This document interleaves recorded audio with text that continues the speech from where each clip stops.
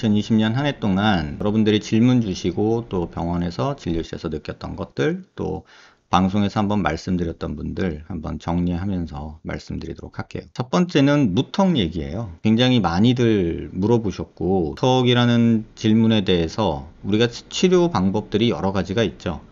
그런데 기본적으로 환자들이 이제 생각하는 게, 그러니까 나는 무턱인데 뭐가 좋지? 이렇게 수술 방법에만 너무 집착하시는 것 같아요. 뭐 하면 된다던데? 이게 좋대. 뭐 이런 얘기들이 주로 많은 것 같아요. 근데 이제 제가 늘상 말씀드리지만 중요한 거는 뭐 어떤 방법이 좋고 나쁘고를 따지기 전에 내 상태가 어떤지에 대해서 알아야 되고, 그 상태에 따라서 해박적 구조가 어떻게 되는지에 따라서 수술 방법이 선택되는 거지, 수술 방법이 좋다고 모든 상황을 다 해결할 수는 없다는 거를 조금 기억해 주셨으면 좋겠어요. 제일 많이 이제 얘기가 나오는 게, 무턱인 환자들은 대부분 또 수면 무호흡증이 같이 있어요.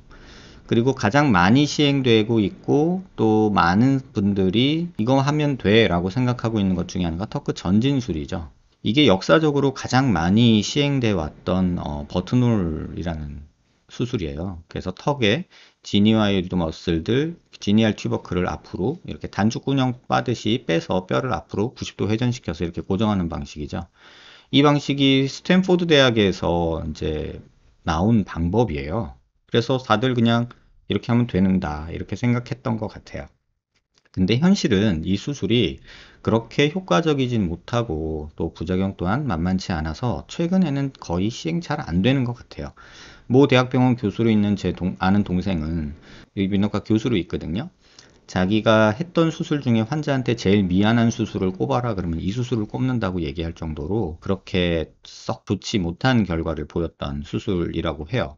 뭐 교과서에 나오고 논문에 나오고 그랬으니까 모두 다 이게 좋다라고 말할 수도 있지만, 시행하면서 환자들의 피드백을 받아야 되는 것도 의사들이 뭐 의무인데, 사실은 그런 부분들이 사실 조금 간과되고 있는 게, 뭐 교과서에 나오는 원칙적인 수술이라는 이유로 포장돼서 조금 당연시 받아들여지는 모습들도 굉장히 많았던 것 같아요. 현재는 거의 시행되지 않는 그런 방법으로 생각하시는 게 조금 더 현실적으로 맞지 않을까. 왜냐면 이렇게 수술 받고 오신 분들 중이 꽤 제가 겪었거든요. 제가 항상 물어요. 어때요? 뭐 수면무호흡이 좋아졌어요? 이러면은 대부분 다 모르겠다라고 말씀을 하세요. 그러면 사실 이게 효과적이지 못하다는 그 반증 아닐까라는 생각이 들어요. 그 다음에 또 아셔야 될 게 이제 해부학적 구조인데, 그러니까 이게 턱끝 근육이 당겨져서 수면 무호흡이 좋아지려면 지니알 튜버클이라고 하는 요 뒤에 있는 이렇게 근육이 붙는 이렇게 뾰록 튀어나온 이런 뼈가 있거든요. 근데 이 녀석이 앞으로 당겨져야 여기 기도가 열려요. 근데 이 기도가 안 열린 상태에서 이거 당겨 봐야 여기에 당겨서 기도가 안 열리는데, 이거 굳이 당기고 전진수라고 해봐야 효과 없다 그 뜻이고요. 그 다음에 여기 지니얼 튜버클이 생각보다 위쪽에 있어요. 위 슬라이드에서도 보면 이렇게 위에 있듯이 실제로 보면 굉장히 위에 있어서 절골술을 하려면 절골 위치가 굉장히 높아야 된다. 근데 높아지면 효과는 좋아질 수 있으나 이론적으로 실제 높아지면 또 따라오는 부작용들이 생겨요. 멘탈 인사이서 너브라고 그래가지고 우리가 그 알베올라 너브가, 그러니까 입 안에 있는 이빨로 가는 치아로 가는 신경들이 있는데, 이 신경이 턱끝 앞쪽에 이런 식으로 분포를 한단 말이에요. 그래서 턱끝 절골술을 받은 환자에서 가장 많이 말씀하시는 게 앞니, 아랫니 4개가 시리다, 또는 뭐 색깔이 변한다, 뭐 느낌이 이상하다, 아프다, 뭐 이런 얘기 하시잖아요. 그게 요 신경이 손상을 받으면 그렇게 돼요. 근데 이 신경이 손상을 받는 이유가 맨디블라 인사이서 너브가 이렇게 굉장히 낮게 위치를 해 있단 말이에요. 그래서 실제 해부학적 구조를 봐도 맨디블라 인사이서 너브가 MIC라고 표현하는 게 굉장히 꽤나 위에 있단 말이에요. 그래서 요거를 절골술을 하면 요 관계에서 잘리거나 할 수 있다. 그래서 안전하게 수술하려면 요 짙은 사각형 안쪽에서 벌어져야 되는데, 지니알 튜버클은 여기쯤 위치한단 말이에요. 그러니까 문제가 되죠. 얘를 당기기 위해서는 요 신경들이 손상받을 가능성이 굉장히 크다. 그렇게 생각하시면 될 것 같아요. 이건 실제 수술 환자에서 2단 절골을 받은 환자예요. 2단 절골을 받아서 지니알 튜버클을 굉장히 많이 가까이 댔죠. 하지만 사실 이 사진도 보면은 이 모습을 뒤에서 본 모습이거든요. 척추를 제거하고, 그리고 보면은 지니얼 튜버클이 사실 가운데로 갈라져서 전진이 됐죠. 근데 2단 절골이라는 게 여기서 이쪽 뼈가 첫 번째가 조금 나가고 두 번째가 더 나가고, 그러니까 얘는 솔직히 한 2, 3mm, 3, 4mm 밖에 못 나간단 말이에요. 그러면 실제로는 지니얼 튜버클이 앞으로 한 2, 3mm 나가는 거니까 기도를 열어주는 데는 한계가 있다. 이제 이런 얘기고요. 그 다음에 이 높이를 한번 실제로 측정을 해보면 치아 뿌리에서 불과 한 6mm 정도밖에 거리가 없단 말이에요. 그러면 여기 정도를 자르게 되면 만디블라 인사이서 너브가 위로 가면 다행인데 여기쯤에 있다 그러면 인사이서 너브가 끊기는 거예요. 그래서 이 방법 자체가 그렇게 나이스하지 않을 수 있다라는 점을 꼭 기억해 주셨으면 좋겠어요. 그래서 절골술이 무조건 좋다 이렇게 생각하는 거는 원시적이다 또는 약간 프리미티브하다 라는 식으로 저는 생각을 하고 있어요. 이런 해부학적 관계를 조금 의사들도 그렇고 환자들도 그렇고 조금 깊게 이해를 하는 게 필요하지 않을까 이런 생각을 하고 있습니다. 그 다음에 무턱에 대해서는 제일 중요시하는 게 이 진단 플로우 차트예요. 이건 뭐 교과서에 나오는 얘기는 아닌데 일을 하면서 환자들이 이 수술 방법에만 이렇게 집중을 하더라는 얘기죠. 그러니까 뭐 무슨 수술이냐, 필러냐, 뭐 보형물이냐, 전진술이냐, 뭐 양악이냐 이런 식으로 수술 방법에만 집중을 하고 요 가운데가 쏙 빠져 있어요. 근데 요 과정이 사실은 제일 중요하거든요. 여러분이 병원에 상담을 받으실 때 의사들이 해줘야 되는 일은 요 프로세스예요. 환자들은 인터넷 보고서 수술 방법에 대해서 본인이 선호도를 가지고 와요. 그리고서는 선택을 이미 한 채로 원장님 저 턱끝 전진술 할 건데 어떻게 해요? 나 효과 있어요? 좋아요? 얼마예요? 회복 기간 어떻게 돼요? 이런 얘기만 물어보면서 상담을 다닌다는 느낌을 받았어요. 아무 의미 없어요. 그러면 왜? 진단이 빠졌잖아요. 이게 제일 중요하거든요. 그래서 무턱이면 제일 먼저 봐야 되는 거는 교합 여부를 봐야 돼요. 그래서 교합이 부정교합이 있냐 없냐, 교합이 정상적이냐를 제일 먼저 확인을 해야 되고, 부정교합이 없다 그러면은 돌출입이 있냐 없냐를 봐야 되고, 만약에 부정교합이 있다 그러면은 무조건 악교정 수술로 가야 돼요. 그런데 돌출입이 아주 심하다 그러면 악교정으로 가야 돼요. 또 하나는 돌출입이 굉장히 없거나 또는 아주 미미하다 그러면 하악 체부 볼륨을 체크해야 돼요. 여기가 하악 체부 볼륨인데 여기를 꼭 체크하셔야 돼요. 여기가 볼륨이 충분하냐 그렇지 않느냐에 따라서 수술 방법은 굉장히 많이 다양하게 바뀌어요. 체부 볼륨이 적다 없다 그러면 제가 하고 있는 보형물 수술을 할 수밖에 없어요. 왜냐면 뼈가 작은 거기 때문에 다른 선택지가 없게 돼요. 만약에 하악 체부 볼륨이 충분하다 그러면은 뭐 전진술도 해볼 수 있고, 턱 끝에만 조그맣게 보형물 넣는 실리콘 보형물이나 이런 거 넣는 것도 해볼 수 있고, 뭐 필러나 지방 이식도 해볼 수 있어요. 하지만 이 체부 볼륨이 적다면 이런 것들이 오히려 아주 해괴한 모습을 만들 수 있다라는 것을 기억하시면 좋겠어요. 실제 이런 환자들이 생긴단 말이에요. 체부 볼륨이 없는 환자인데 전진술을 하고 부족하니까 지방 이식 넣고 필러 넣어요. 그럼 이런 식으로 턱끝만 이렇게 되고 여기에 훅 꺼져 보이는 이런 모습이 돼요. 이쪽 부분이 볼륨이 중요한 이유가 왜냐면 볼살이 늘어지고 이렇게 층이 지는 부위이기 때문에 이쪽 뼈 볼륨이 부족하면 굉장히 회개한 이런 형태의 모습이 만들어지게 돼요. 또 이걸 갸름하다고 뾰족하다고 좋아할 수도 있겠죠. 하지만 일반적으로는 사람들이 좋아할 수는 없는 조금 어색한 느낌이 아닐까 이런 생각을 저는 하고 있습니다. 그래서 이렇게 되지 않기 위해서 체크해야 되는 것 중에 가장 중요한 거는 하악 체부 볼륨이다. 엉뚱하게 여기에 있는 분들이 이쪽으로 안 오고 이쪽으로 가거나 이쪽으로 가는 경우가 많고, 이쪽으로 갔다가 다시 저한테 오는 경우가 오히려 더 많다는 거예요. 그러면 이거 시간 낭비, 돈 낭비, 고생하는 거잖아요. 이 두 사진을 겹쳐서 보면 어떻게 되나 보세요. 턱은 짧아요. 근데 실제 모습은 턱은 길어요. 이게 왜 그러냐? 살이 밑으로 늘어져서 행잉친이 생기는 거예요. 이 턱살이 이렇게 밑으로 늘어지는. 그래서 이런 부분들이 생기는 게 턱은 짧은데 이렇게 길게 보이는 느낌이 생긴다는 거예요. 그래서 여러분들 꼭 기억하셔야 될 게, 내가 무턱이다 그러면은 하악 체부 볼륨을 꼭 기억하셔라. 이게 제가 올 한 해 여러분한테 굉장히 많이 말씀드렸던 내용 중에 하나예요. 광대 수술에 대해서 아는 내용들을 물어보셨는데, 일단 볼처짐에 대한 거는 광대 수술에 따라오는 괴담스러운 얘기들이 있죠. 광대 수술하면 무조건 볼처진다 뭐 이런 얘기들. 근데 개인적으로는 광대 수술을 할 때 이 볼페임하고 광대 수술하고의 관계를 조금 더 깊게 생각해 보면, 광대가 튀어나온 사람들은 거의 볼페임을 가지고 있어요. 지금 이런 환자들 보면은 이 환자가 저한테 온 거는 여기 볼페인 게 싫다고 지방 넣어달라고 왔거든요.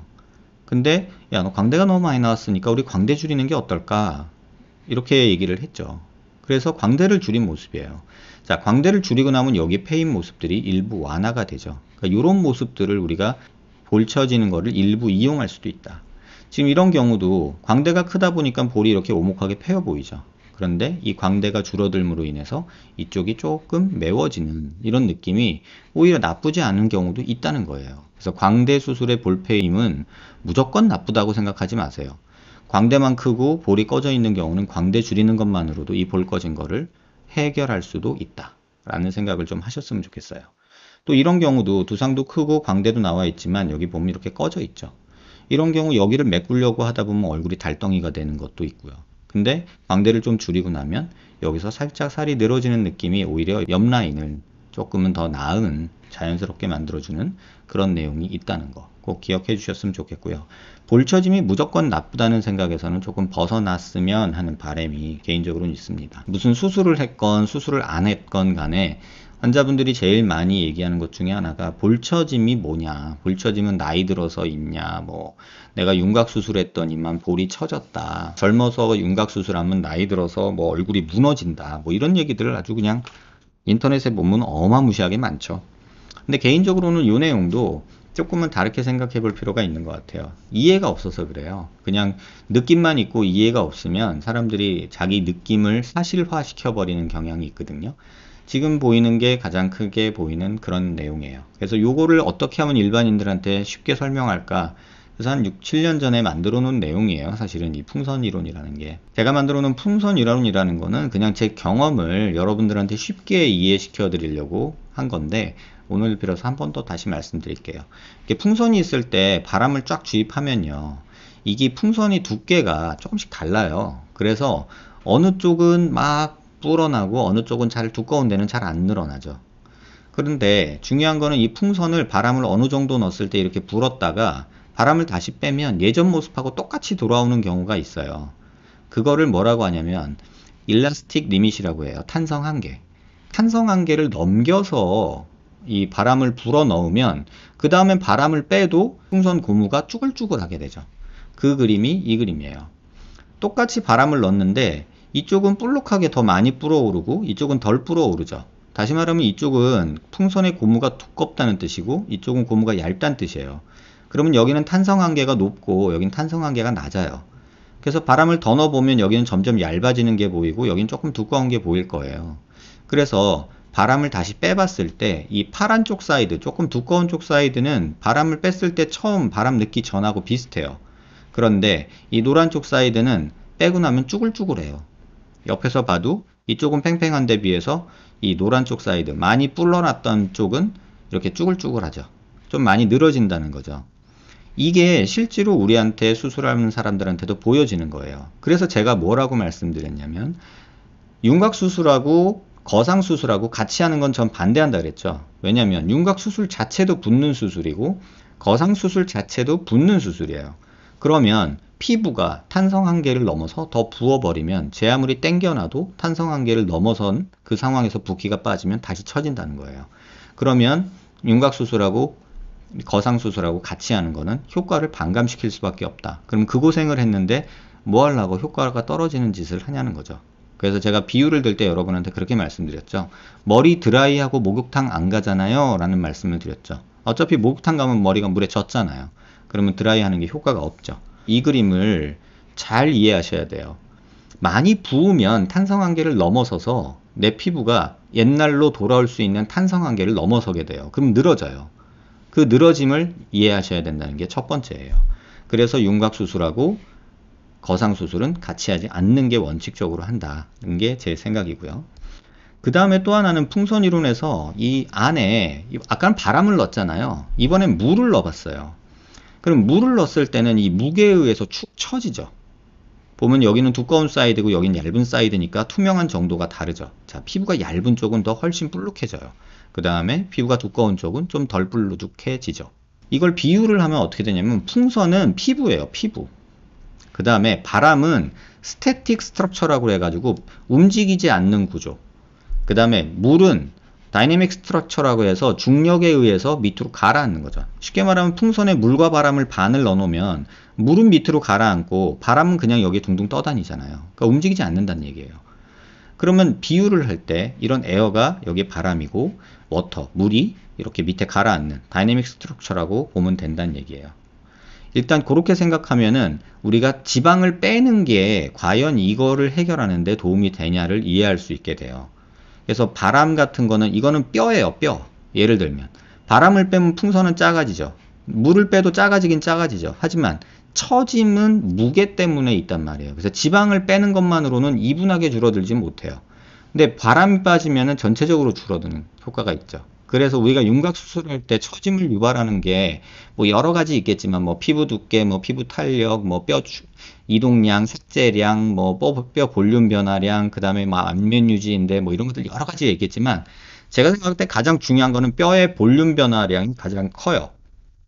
그러니까 뼈가 이렇게 크게 있다가 작아지면 남는 껍데기가 어떻게 될 거냐는 거죠. 그래서 그게 가장 크고 그 다음에 지방 두께도 무시 못해요. 왜냐면 지방이 막 우글우글하게 이렇게 구획이 나뉘어져 있어요. 패딩 잠바 마냥. 뭐 누비옷이라고 하죠. 이게 이분하게 이렇게 한 판으로 깔려있는 지방이면 좋은데 이 지방이 구석구석 이렇게 부위별로 나뉘어져 있단 말이에요. 근데 그게 굉장히 힘들어요. 왜 그러냐? 얼굴 지방을 빼기 힘든 이유 중에 가장 큰 이유는 층이 두 층이 있다고 생각을 하면 돼요. 표피 지방이라고 우리가 아는 슈퍼피셜 페이셜 패드가 있고요. 그 다음에 T 페이셜 패드가 있어요. 그러니까 깊은 층에 있는 지방과 얇은 층에 있는 지방이 두 층으로 있다. 근데 각 층마다 또 컴파트먼트라고 그래가지고 구획이 나뉘어져 있어요. 근데 얘네들이 막 오버랩이 돼 있단 말이에요. 이런 식으로. 그러면 어디만 이렇게 쏙 뺐을 땐 고기만 쑥 들어가고 그 경계 부위에서는 울퉁불퉁함이 나타날 수밖에 없다는 거예요. 구획을 나눠서 끊어버리면은 아주 이분하게 뺄 수는 있지만 또 중력에 의해서 늘어지는 힘을 만들게 되고 만약에 어설프게 빼게 되면은 그 구획별로 빠지고 안 빠지고가 확 드러나서 울퉁불퉁해지고 그러니까 뭘 해도 제대로 안 되는 거예요. 빤빤하게. 그러니까 이게 현실적으로는 도움이 안 되지 않겠냐, 힘들지 않겠냐라는 생각을 개인적으로는 하게 돼요. 그래서 제가 얼굴 지방 흡입은 웬만하면 하지 마시라 얘기하는 이유가 이 컴파트먼트를 다 끊어내는 작업을 하시는 분들도 계세요. 근데 끊어내면 무조건 당겨서 붙여줘야 돼요. 그건 거상을 해야 된다는 뜻이에요. 거상을 하면서 빼는 건 괜찮지만 그저 빼는 것만으로는 오히려 처짐을 만들거나 늘어짐을 만들 수 있다라는 생각이 일단 첫 번째고요. 또 하나는 각 층이 다르고 컴파트먼트가 다른데 내가 원하는 부위를 타겟해서 그 부위만 쏙 빼면 될 것 같은데 그렇게 되면 그 주머니 경계 부위에 울퉁불퉁함이 생겨요.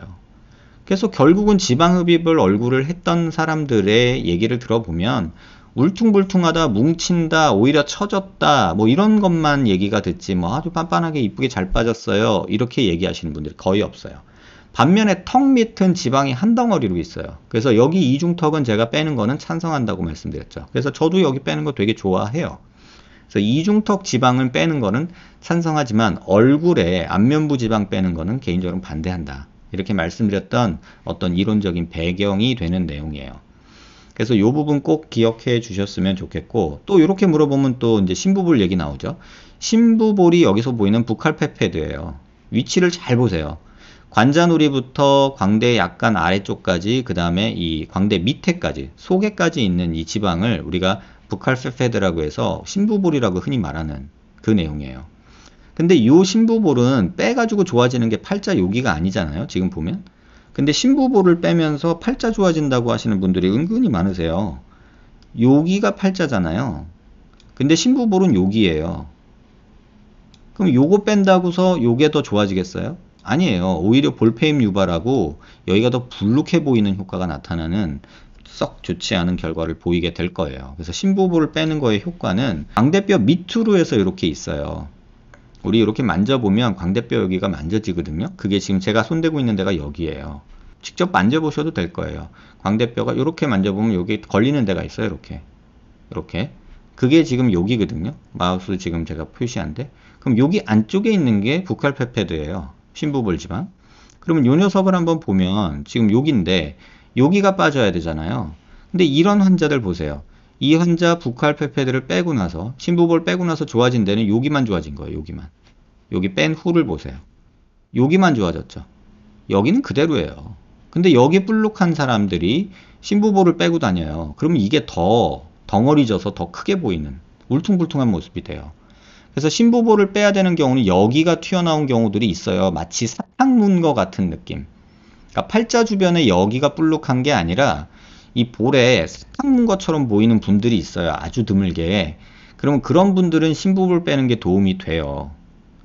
그래서 이 부분을 꼭 기억하셨으면 좋겠어요. 이런 아까 컴파트먼트가 있다 그랬잖아요. 지방이 있는 주머니가 여러 개. 근데 그 주머니들 중에서 중요한 또 안면 유지인대들이 또 그 주머니의 격벽을 주머니를 만드는 그 벽을 형성하는 것들과 밀접하게 연관이 돼 있어요. 그래서 그 지방을 빼겠다고 하면서 여기를 막 헤집고 다니고 또는 지방 이식을 하면서 저걸 일부러 끊기도 하거든요. 그런 식으로 헤집으면 또 울퉁불퉁함이나 또 늘어짐이나 이런 것들로 또 말씀하시는 분이 생길 수밖에 없다는 얘기예요. 그래서 이 부분에 대해서 얼굴 지방 이식 이런 거에 대해서 가장 중요하게 생각하셔야 될 게 풍선 이론이라는 것과 개인적으로는 여러분들한테 꼭 중요시 말씀드리고 싶은 게 얼굴 지방이 한 덩어리가 아니라 이렇게 여러 덩어리의 방으로 이루어진 지방 주머니가 얼굴에 두 층으로 오버랩돼 있다. 그렇기 때문에 그거를 이분하게 빼긴 힘들다. 그리고 이 주머니를 만드는 이 격벽들은 자세히 보면 안면 유지 인대 라인하고 거의 일치해요. 이 딥 페이셜 팻 패드는 이 부분이 안면 유지 인대가 걸치는 부분이에요. 그래서 이 그림하고 지금 얘를 한번 잘 보시면 이 녀석하고 거의 일치하잖아요. 여기 부분, 여기 부분, 여기 부분. 이거랑 보시면 딱 여기가 일치하죠. 그래서 이 인대가, 안면 유지 인대가 결국은 딥팻 패드를 결정하는 어떤 격벽을 형성하고 있는 녀석들이기 때문에 섣불리 이 녀석들을 끊어주는 것 자체도 옳지 않은 거예요. 그래서 함부로 지방 흡입이나 이런 것들로 여기를 막 쑤시고 다니는 거는 좋지 않다. 그래서 안면 얼굴에서 지방을 빼는 거는 신중하자라고 제가 말씀을 드리는 거예요. 팔자주름, 필러가 있고 지방 이식이 있고 귀족 보형물이 있고 또 요새 최근에 들어서 하는 진피 지방 이식이 있고 일단 팔자주름에 대한 이해가 여러분들이 없다는 생각이 들어요. 그래서 이 팔자주름에 대한 이해가 없다는 게 무슨 뜻이냐면 우리가 그냥 극복해야 되는 그런 것들로 생각하는데 그게 아니라 팔자주름은 어찌 보면 당연히 있는 거예요. 근데 그게 너무 찢어져 보이면 좀 문제가 되겠지만요. 제가 그래서 저희 직원 아이 신생아실, 이게 태어나자마자 그날이거든요. 신생아실에 이렇게 누워있는데 빽빽 울고 있는 모습이에요. 자, 이 팔자주름 있잖아요. 그쵸? 신생아실 애기도 있는 거예요. 이거 한 돌 무렵이에요. 썩소하는 표정인데 팔자주름 있잖아요. 유모차에 앉아가지고 이렇게 팔자주름을 만드는 모습이 귀여워서 찍었던 사진인데 이런 모습들을 보면서 왜 나이가 들어서 내가 팔자주름이 생겼다는 거에 우리는 이렇게 집중하게 될까 이런 생각이 들었고 이 팔자주름의 원인은 저도 팔자주름이 있죠. 이렇게 처지면 이 살이 처지면 더 찢어지죠. 이렇게 처지면 그 다음에 제가 여기까지 생기는 게 팔자주름이거든요. 그 다음에 여기 생기는 주름이 있어요. 이렇게 하면 이렇게 생기는 거 이거 근데 이거랑 얘랑 연결이 돼요. 심한 분들은. 근데 저처럼 여기까지 딱 끊기는 분은 여기가 팔자주름인 거고요. 이게 여기 입가주름으로 이렇게 웃을 때 생기는 요 주름하고 연결되는 분들도 있으세요. 그런 부분들이 생기는 거죠.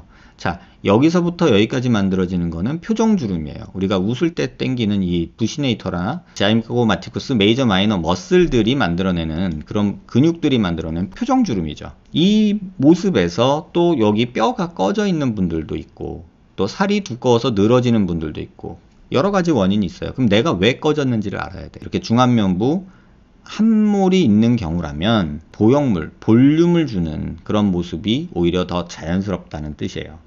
근데 거기다가 필러를 넣어놓으면 움직이는 곳이에요, 이곳은. 그래서 움직일 수 있는 재료가 들어가면은 계속해서 퍼져요. 그래서 팔자주름의 지방이식 한때 굉장히 저도 많이 했거든요. 근데 사실은 부었다가 붓기 빠지면서 끝나고 없어지더라고요. 그러니까 이식한 게 생착이 안 되고 계속 말하고 움직이고 먹고 하다 보면 이 입주변이 움직이기 때문에 지방이 녹거나 흡수되거나 펼쳐져요. 필러를 넣어도 여기다 넣는데 자꾸 웃고 말하고 하다 보면 위로 기어 올라가고 옆으로 퍼지고 이런 것처럼 그런 느낌이 자꾸 든다는 얘기죠. 움직이는 곳이기 때문에 그래요. 다이내믹한 스트럭처에 스태틱한 뭔가를 넣어놓으면 그런 식으로 변화가 생길 수밖에 없어요.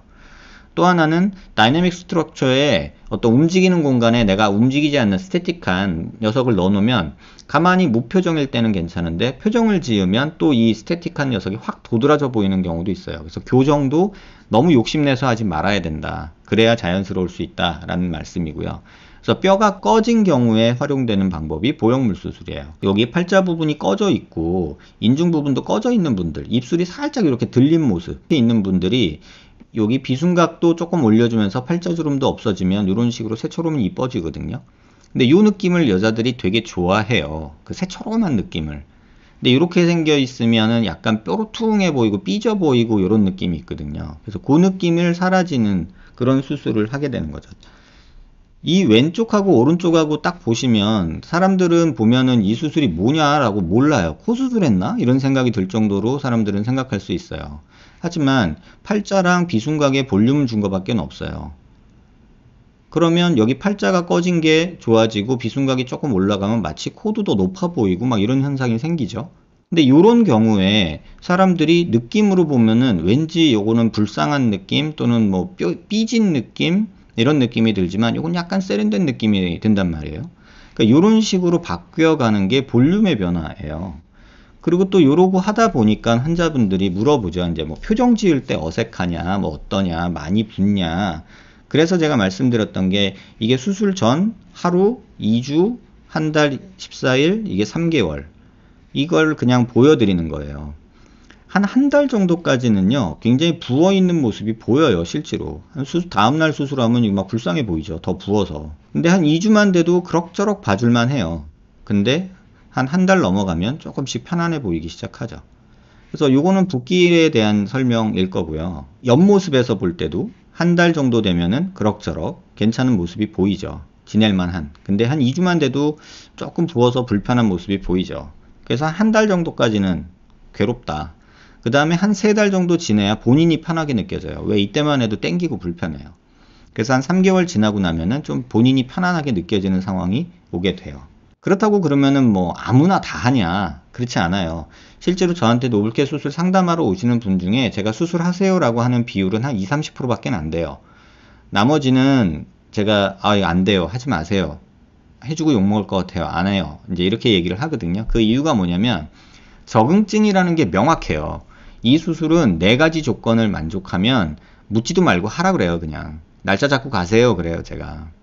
근데 이 4가지 중에 하나라도 조금 부족하면 환자분 요게 한계가 있어요 라고 말씀을 드려요. 그 4가지 조건이 뭐냐면 코끝이 적당히 높고 적당히 길어야 돼요. 짧은 코는 안 되고요. 적당히 길어야 되고 그 다음에 코끝이 높아야 돼요.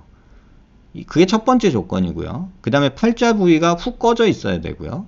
그 다음에 인중이 짧으면 괜찮고요. 그 다음에 약간 입술이 들린 느낌. 입술이 이렇게 있는 게 아니라 약간 이렇게 있는 사람들이 있어요. 입술이 이렇게 있는 사람도 있고 이렇게 있는 사람도 있거든요. 약간 이렇게 된 사람들이 있어요. 약간 입술이 들린 느낌. 그 약간 입술이 들린 느낌이 이 4가지를 만족하면 그냥 날 잡고 가라고 그래요. 왜냐면 요런 분들은 수술해 놓고 나면 아까 위에 보여드린 느낌이 확 나요.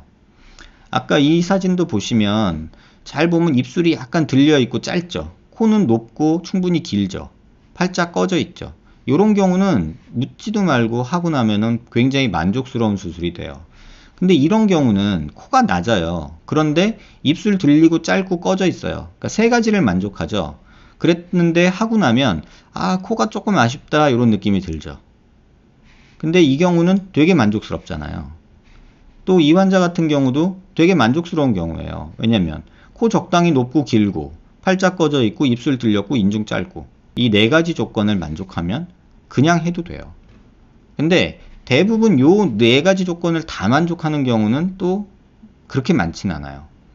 그래서 내 코가 만약에 조금 낮고 짧다 그러면 코는 코 수술하면서 같이 하거나 아니면 코 먼저 하고 오세요 라고 얘기를 드려요. 근데 길이 연장이 필요하고 높이 연장이 필요하기 때문에 대부분 또 코가 낮은 경우가 많기 때문에 이런 경우는 늑연골 쓸 수밖에 없는 경우가 많아요. 길이랑 높이를 다 얻으려면 귀연골로는 조금 부족한 경우가 많고 이걸 다 얻으려면 가장 확실한 방법은 늑연골이에요. 이건 뭐 자가늑연골이 가장 좋기는 한데 뭐 정 안 되면 기증늑연골을 사용해서라도 코끝 길이와 높이를 연장하는 게 필요하다. 근데 또 환자들을 괴롭히는 게 뭐냐면 인중이 길어요 이러면 이 수술은 못해요. 그러면 코가 짧고 낮으면 뭐 코 수술을 하면 되는데 인중이 길면 사실은 마땅히 제가 수술을 지금 권하지를 못하겠어요. 왜냐하면 인중 축소술이라는 방법이 있긴 한데 그 흉터가 개인적으로 굉장히 보기가 싫어요. 이건 제가 싫어하는 거예요. 그냥 환자분들이 나는 괜찮다 하면 하셔도 돼요. 근데 제가 볼 때 그 흉터가 되게 싫은 거예요. 그러니까 제가 안 하는 수술은 뭐 방법이 잘못됐고 그 수술이 나빠서가 아니라 제가 그 모습을 싫어해서 안 하는 것들이 있어요. 예를 들면 뒤트임이나 밑트임 같은 경우, 개인적으로는 뒤트임 밑트임에서 눈이 더 예뻐 보인다는 느낌을 저는 못 받겠어요. 오히려 뒤트임 밑트임을 한 사람들이 눈이 맹해 보이는 느낌이 저는 별로더라고요. 그래서 제가 안 해요. 옛날에 많이 했었는데 해놓고 보니까는 저는 마음에 안 들어요. 그래서 안 해요. 그 다음에 눈 밑 애교 필러를 안 해요. 왜냐면 그거 어색해요. 되게 보기 싫어요. 환자들은 원한다고 하는데 저는 싫어서 안 해요. 그 다음에 안 하는 게 보조개를 안 하고 있어요. 옛날에 보조개 많이 했었는데 보조개를 또 해놓고 나서 보니까 이게 환자들 변덕이 왔다 갔다 해요. 그래서 스트레스 받기 싫어서 안 하는 대표적인 수술이 인중축소술이에요. 하는 게 어려운 건 아니에요. 뭐 정성스럽게 꼬매주고 상처 관리 잘해주면 괜찮은 분들도 물론 있어요. 근데 이 수술 흉터가 심하게 남는 분들은 굉장히 또 꼴보기 싫은 게 또 인중축소술이에요. 그래서 이 부분에 대해서는 아직은 제가 답을 못 찾았어요. 그래서 이 4가지 조건을 노블캣을 생각하시는 분들한테는 굉장히 중요한 적응증이다. 영어로는 인디케이션이라고 그래요. 이게 사실 만족하는 환자들만 수술을 해야 돼요. 근데 코 같은 경우는 해결하기가 비교적 간단한 편인데 이 인중이 긴 게 개인적으로는 조금 해결이 안 되는 부분이 아닌가 이런 생각을 하고 있습니다. 턱끝 전진술에 대해서 환자들이 굉장히 오해를 많이 하고 있고 또 인터넷상의 광고 글이 현실과 다른 모습들을 많이 보여줘서 여러분들한테 그걸 꼭 한번은 얘기해 드리고 싶었어요. 가장 중요한 그림이 이 그림이거든요. 이렇게 수술해 놓고 환자한테 너 10mm 뺐어, 전진 10mm 했어 라고 말하는 경우가 있죠. 그러면 이게 실제로 내 턱이 앞으로 10mm가 앞으로 나왔어야 되잖아요. 근데 현실은 어떠냐면 격자 모양으로 된 플레이트를 저희가 쓰는데 요 폭이 10mm면 10mm 전진했다고 얘기를 하고 생각할 수 있죠. 근데 이 각도가 만약에 이렇게 기울어졌다면 어떻게 될까요? 실제 전진된 양은 4mm 밖에 안 돼요. 10mm 플레이트를 썼다 해도 실제 전진된 양은 4mm 밖에 안 돼요. 이게 환자가 얘기했던 10mm 플레이트의 얘기예요. 선생님 저는 10mm 전진했는데요. 아니 CT 보세요. 실제 전진된 양은 얼마 되지도 않아요. 한 1, 2mm, 2, 3mm 밖에 안 돼요. 이렇게 얘기했거든요. 이 파란색 라인이 실제 6mm 전진한 플레이트. 실제 환자분 뼈 전진된 양은 여기서부터 여기까지 빨간 라인 밖에 안 돼요. 그럼 한 2mm 밖에 안 나온 거죠. 그런데 의사는 나는 6mm 플레이트를 썼으니까 6mm 전진한 거야 라고 얘기를 하죠. 이 갭이 왜 생기냐? 이 플레이트가 이렇게 직각으로 연결이 돼야 되는데 실제로 직각으로 안 되고 이렇게 휜 거죠. 그러면 실제 전진 가능 양과 실제 수술 후에 전진된 양을 여러분들이 눈으로 확인하셔야 되고 제일 중요한 건 이렇게 플레이트가 휠 수 있으니까 또 이 녀석을 또 회전시켜서 돌려가지고 이렇게 돌려가지고 보여주면서 실제로 10mm 뺐다 뭐 이런 식으로 이제 장난 아닌 눈속임을 하는 경우도 종종 있으니 이 실제 전진된 양과 실제 전진 가능한 양에 대해서는 꼭 숙지를 하시라 이렇게 말씀을 드릴게요. 그 다음에 턱뼈의 두께가 10mm 밖에 안 되는데 10mm를 뺀다는 건 말이 안 돼요. 그래서 최소한 뼈가 10mm면 한 40% 정도는 뼈가 이렇게 맞닿아야 돼요. 이렇게 있으면 이 정도는 맞닿아야 붙죠. 요만큼 되면 얘가 붙을 수가 없잖아요. 이 두께가 10mm인데. 그러니까 휘거나 이런 식으로 되는 거예요. 그래서 그걸 조금 이해하셨으면 좋겠다 라는 생각이 들고요. 턱끝 절골술이냐 턱끝 절제술이냐 요거 갖고도 또 계속 말이 많은데 요 그림 하나로 설명하고 싶었어요. 요런 턱이 있는데 턱이 뾰족하게 갸쌍해지고 싶다. 그러면 이건 T절골이라는 거를 해서 뼈를 잘라내고 가운데 뼈를 빼내고 노랗게 된 뼈를 모아내는 이런 수술이고요. 그 다음에 절제술은 뭐냐면 그냥 이렇게 자르는 거예요. 그냥 자른 거예요. 이 두 녀석의 모양이 똑같은데 뭐 하려고 뼈에다가 이렇게 절골 라인을 만들고 금속을 고정을 하냐. 도움을 받을 수 있는 환자도 분명 있어요. 굉장히 드물지만. 근데 이게 마치 이게 표준이 된 것처럼 인터넷상에서 광고 때문에 도배가 된 거는 정말 옳지 않은 것 같아요. 그래서 방법적인 걸 이해를 하시면 내 턱뼈에 어울리는 게 뭔지 알게 되지 않을까 이런 생각을 들고요. 절골하고서 이렇게 모아주는 수술을 하는데 이게 고정력이 부족하면 이 덩어리가 근육 땡김 때문에 이렇게 밑으로 빠져나와 생길 수 있어요. 나중에 수술할 때 열고 들어가 봤더니 이 뼈가 부러졌더라고요. 나사 고정한 힘을 근육이 이겨버리는 거죠. 이런 일도 생겨요. 그러면 여기가 함몰되고 짧아지고 그런 느낌이 생기죠. 박리가 적고 회복이 빠르고 어쩌고 이런 얘기를 하는데 적을 수가 없죠. 왜? 지금 여기도 다듬어야 되고 다듬어야 되고 얘도 여기 다듬어야 되고 잘라야 되니까 결국 박리 범위는 똑같아요. 박리가 적어서 T절골이 좋다? 이건 거짓말쟁이에요. 그 다음에 뼈가 부러져서 붙는 게 빠를까요? 잘라지고 여기 절단면이 붙는 게 빠를까요?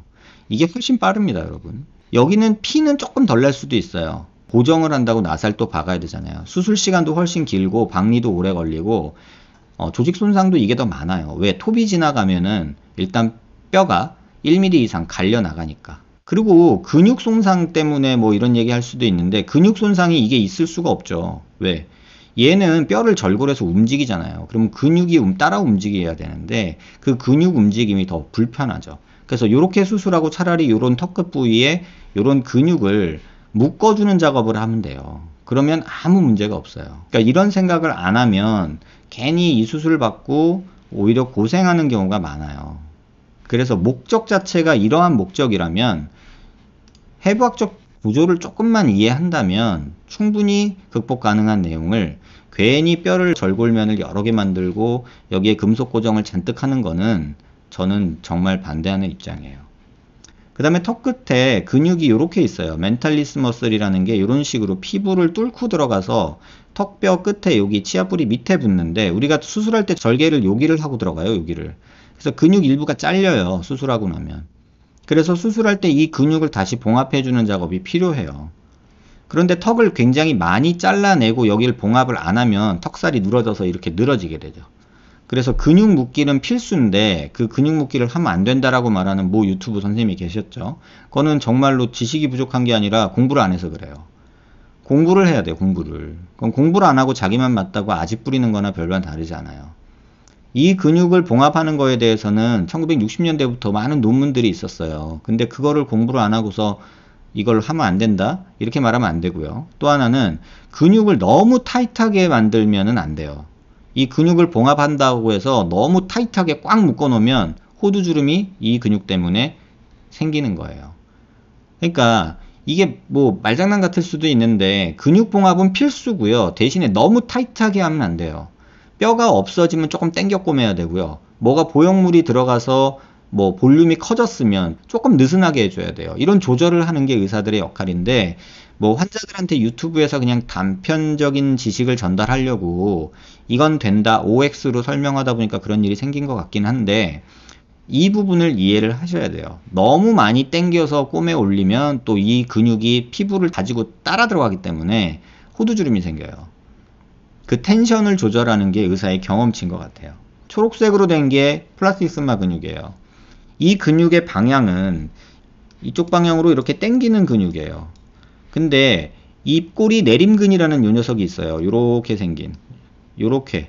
우리가 뭐 턱의 체부, 하악 체부 볼륨을 자르거나 할 때 가장 많이 박리가 일어나는 부위가 여기거든요. 요게 사실은 제일 중요해요. 이 근육은 방향이 워낙에 뼈에 붙어 있고 이 입꼬리를 내리는 방향인데 우리가 수술할 때 여기가 박리가 일어나요. 그럼 이 근육은 짧아지면서 일로 당기게 돼요. 그래서 피부까지 가지고 가요. 그래서 여기서 함물이 생기는 경우가 많이 생겨요. 그래서 T절골을 하든 절제술을 하든 어차피 여기까지 박리되는 건 다 맞아요. 그래서 박리가 적다는 거는 거짓말이고 그 다음에 근육 손상이 적다? 똑같아요. 어차피. 근데 차이가 있다면 여기가 박리가 되고 여기 있는 근육을 앞으로 갖고 당겨 올 수는 없어요. 왜냐하면 수술을 하려면 이 근육은 다 박리가 돼야 되기 때문에 근육 손상은 어차피 똑같아요. 그래서 근육 손상이 어쩌다 저쩌다 하는 거는 잘못된 얘기예요. 그걸 여러분이 꼭 기억하셨으면 좋겠고, 그래서 이런 식으로 이제 뭐 이런 해부학적 구조가 있는데, 요 내용에서 여러분들이 근육이 어쩌니 저쩌니 뭐 박리가 어쩌니 저쩌니 하는 그런 약간 궤변스러운 논리들이 인터넷상에 너무 많은 것 같다. 그래서 어차피 원하는 목적이 명확하다면 어떤 게 나한테 적합한 수술일지에 대해서는 조금 고민해 보시자. 이런 얘기를 좀 드릴게요. 이게 한 15년 전에 제가 수술했던 케이스예요. 무턱이고 턱이 각져 있고 이래가지고 다듬어주고 전진술하면 되겠네 하고서 턱끝 전진하고 다듬었던 경우예요. 지금 보면 뭐 괜찮다고 말할 수도 있어요. 근데 제가 이 시절에 놓친 게 하나 있었어요. 여기가 꺼진다는 생각을 왜 그땐 못했는지 모르겠어요. 지금 요 부분이 꺼진다는 생각을 제가 왜 못하고 있었는지 모르겠어요. 왜냐면 어쨌든 이거보단 이게 이뻐졌으니까 그냥 잘했어, 만족스럽네, 좋네, 이렇게 제가 생각했던 것 같아요. 왜냐면 실제 이거보단 이게 많이 이뻐졌으니까 뭐 이 정도면 됐지 라는 생각을 저도 했던 것 같아요. 근데 문제는 이런 환자들이에요. 거의 비슷한 환자인데 각이 져 있기 때문에 그냥 둥그렇게 잘랐어요. 그러니까 여기만 잘라준 거죠. 뭐 턱 전진 양도 별로 뭐 많이 필요 없는데 잘라준 거예요. 그냥 이것도 한 15년 전 얘기예요. 괜찮죠? 뭐 괜찮네. 근데 이때도 저는 뭔가 제가 놓쳤어요. 뭘 놓쳤냐면 턱선이 소실이 되면서 이중턱 비스무리하게 보이는, 약간 침샘이 보이는, 물론 사각턱도 잘라서 그렇기는 하지만 이뻐지긴 했는데 이 턱선이 손실이 되고 볼하고 목하고 연결이 돼 버리네. 여기 침샘도 보이네. 턱선 무너졌죠. 이 환자도 한번 볼까요? 각져 있고 비대칭이 있죠. 그래서 비대칭 있는 거 잘라주고 한 거예요. 사각턱 별로 있지도 않았는데 그때는 또 많이 자르던 시절이어서 자른 거예요. 개턱 느낌의 이 볼살 늘어진 게 보이네. 이 환자분도 수술하고서 되게 만족하셨던 분이거든요. 그런데 지금 기준에서 보면은 이거 개턱이고 여기 볼살 늘어졌네, 여기 이중턱도 살짝 보이네, 이런 생각이 들기 시작하는 거예요. 그래서 이게 무조건 많이 자른다고 능수는 아니구나. 그러니까 할 줄 몰라서 안 하는 게 아니라 하고 나서 이런 모습들이 제 눈에 거슬리기 시작해진 거예요. 그래서 이게 나이가 들면 더 심해지면 심해졌지 좋아지진 않는단 말이에요. 그러니까 이런 스트레스들이 저한테 계속 오기 시작했던 것 같아요. 어떻게 보면 깨달은 거죠. 자, 이런 경우 봐볼게요. 굉장히 크고 턱도 삐뚤고 막 그런 환자죠. 그러니까 뭐 크니까 자르자 그러던 시절이에요. 잘랐죠. 잘랐죠. 근데 사실 이 환자 보면은 이러던 환자분이 이렇게 되면 환자분 대부분 90% 이상은 좋아하세요. 이 환자분에서 제가 느낀 게 뭐냐면요. 야, 여기를 많이 잘랐더니 이게 생기는구나. 여기가 이렇게 되고 여기가 이렇게 되는구나. 턱 끝이 오히려 잘랐는데도 밑으로 내려오면서 여기가 매달리는구나. 그리고 여기는 이렇게 끌려 올라가는구나. 이걸 깨닫기 시작하는 거예요. 그리고 볼살은 이렇게 늘어지는구나. 오히려 이쪽은 처짐이 없구나. 근데 여기가 늘어지고 볼살하고 목살하고 늘어지다 보니까 이중턱이 여기가 더 심해지는구나. 물론 있었지만 이런 부분에서 느끼기 시작한 거죠. 근데 이 환자분은 여자처럼 얼굴이 작아지길 원했어요. 지금 기준으로 보면은 턱도 일부 요만큼만 자르고 턱을 오히려 앞으로 빼고 조금 길게 했을 것 같아요. 지금 제가 한다면. 근데 그때는 그냥 자르는 것만 신나게 할 때예요. 한 15년 전. 뭐 누가 잘 자르나 많이 자르나 뭐 대회하던 시절이니까. 이렇게 크니까 잘라줄 수밖에 없는데 왕창 잘라버려서 지금 기준으로 보면 개턱이죠. 턱 너무 짧죠. 그러니까 턱살 늘어지죠. 이렇게 있던 턱이 여기 보면 살짝 턱끝이 매달리죠. 그 다음에 여기는 근육 때문에 처짐이 없는데 여기는 늘어지죠. 근데 여긴 또 아까 말씀드린 대로 또 요게 생기죠. 요게. 그 다음에 여기는 늘어지죠. 흔히 말하는, 제가 이거 말하잖아요, 자꾸. 요게 딱 보이기 시작하는 거예요. 어느 순간부터인가. 최근에 들어서는 그래서 이렇게 큰 사람이 자기 턱 길이 줄여달라고 그러고 뭐 여기 잘라달라고 하면 이 자르는 양을 어느 정도는 타협을 봐요. 그래서 여기 넓은 것만 자르면 요렇게만 자르자. 길이가 줄어들면 너 얼굴 늘어진다. 그래서 이게 수술하고 모습이에요. 체부에서 늘어지는 모습이나 턱 끝에서 여기 씹혀 올라가는 요 느낌도 없고, 길이가 유지되니까 이중턱도 없고, 체부 볼륨을 어느 정도 유지해 주니까, 물론 줄이긴 줄였어요. 하지만 어느 정도 유지해 주니까 늘어짐이 없잖아요. 그래서 요런 방법으로 택하고 있고, 최근에 그 다음에 이런 경우에요. 잘라주고 싶은데 볼살이 너무 많아. 이건 100% 늘어지거든요. 근데 살도 뺀다고 약속을 하고 하지만 턱이 일자턱이에요. 아까 이 환자처럼 이렇게 자르기만 해 놓으면 이런 환자를 이 볼살이 엄청 늘어져요. 그러니까 이런 환자 비슷하게 된다는 얘기예요. 이런 식으로 늘어지게 돼요. 옛날처럼 잘라놓으면. 이런 경우처럼 잘라놓으면 턱 끝까지 잘라놓으면 아마 100% 이런 모습 보였을 거예요. 그래서 이런 환자분 같은 경우는 턱 길이에 오히려 전진을 줘서 턱 늘어지는 걸 막아줘야 돼요. 그래서 여기에는 조그맣게 보형물을 넣고 그 옆을 자르는 거예요. 그러면 아직 좀 볼살 더 있지만 여기에서 패이는 거를 최소화할 수 있다는 뜻이에요. 그 다음에 턱살이 늘어지는 걸 막을 수 있다는 얘기예요. 여자니까 조금 갸름하게 갈 수도 있고. 이게 만약에 실패하면 이런 환자들이 만들어지는 거예요. 이 턱살 늘어지고 짧아지고 이런 환자들이 만들어지는 거예요. 그러면 여기 뒤집어진 오메가 쉐입이라는 모습으로 이제 환자분들이 스트레스를 받기 시작하죠. 거상해야 되는 이런 생각을. 근데 전형적으로 여기가 보면 꺼져 있고 늘어지고 꺼져 있고 매달리고 이게 전형적인 옆라인이에요. 자, 교근이 땡기니까 여기는 꺼지고 플라티스마가 땡기니까 여기는 늘어지고 여기는 입꼬리 내림근이 분리되면서 당겨지니까 여기는 또 함몰되고 여기는 살이 남아도니까 턱살이 밑으로 떨어지고 그래서 전형적인 요런 라인이 만들어지는 거죠. 무조건 자르기만 하면 이렇게 된다는 뜻이에요. 그러면 결국은 이런 환자들은 어쨌든 간에 체부 볼륨 만들어줘야 되고 그 다음에 이 늘어진 살들 끄집어 올려야 되니까 어느 정도의 전진이 필요해서 이런 식으로 보형물을 만들어 놓으면 이런 식으로 턱살이 조금은 정상적으로 회복이 되는 거죠. 그러니까 이런 관계를 이해를 못하고 그냥 광고 보면서 자르자 자르면 작아진다 막 이렇게만 하다 보면 뭐 원치 않는 부작용들이 계속 만들어지죠. 물론 10여 년 전에는 이건 부작용이 아니었어요. 부작용이 아니라 잘라서 작아져서 좋아. 지금 이런 환자들 좋아 막 감사합니다 절하고 갔어요. 근데 지금 기준으로 보면은 좀 과했다. 이런 경우도 지금 이거 개턱됐다고 지금 쫓아와야 될 판이잖아요. 근데 10여 년 전에는 이렇게 해주는 게 잘해주는 거였거든요. 이게 얼마나 사람들의 생각들이 변화하고 우리가 보는 기준이 얼마나 더 세심해지고 델리킷해지고 작은 것들에 더 우리가 중요한 포인트를 주느냐 이런 생각들을 이제 하게 되는 거죠. 무조건 자른다고 갸름해지지 않는다라는 말을 제가 여러분한테 많이 드리는데 실제로 그런 환자들을 예를 이제 보니까 이렇게 왔어요 환자가. 그러면 저한테 왜 올까요? 선생님 나 여기가 조금 큰 것 같아. 여기 뼈가 크네. 선생님 나 여기 뼈 이렇게 잘라줘. 이렇게 온다고요. 지금 내가 여기가 꺼져 있고 여기가 늘어져 있고 여기가 꺼져 있으니까 여기 자르면 되겠다 이런 생각 드는 거 너무 자연스럽지 않아요? 근데 너무 자연스러운 데 반해서 너무 1차원적인 사고예요. 왜냐면 이 얼굴 안면 근육과 연부 조직과 뼈의 관계가 이해가 안 된 상태인 거예요. 이거를 이해시키기가 정말 힘들었어요. 근데 다행히 이 영상이 조회수가 많이 나와져서 많은 분들이 이걸 봐주셨어요. 개인적으로는 올해 제가 한 일 중에서 가장 큰 성과였다고 생각해요.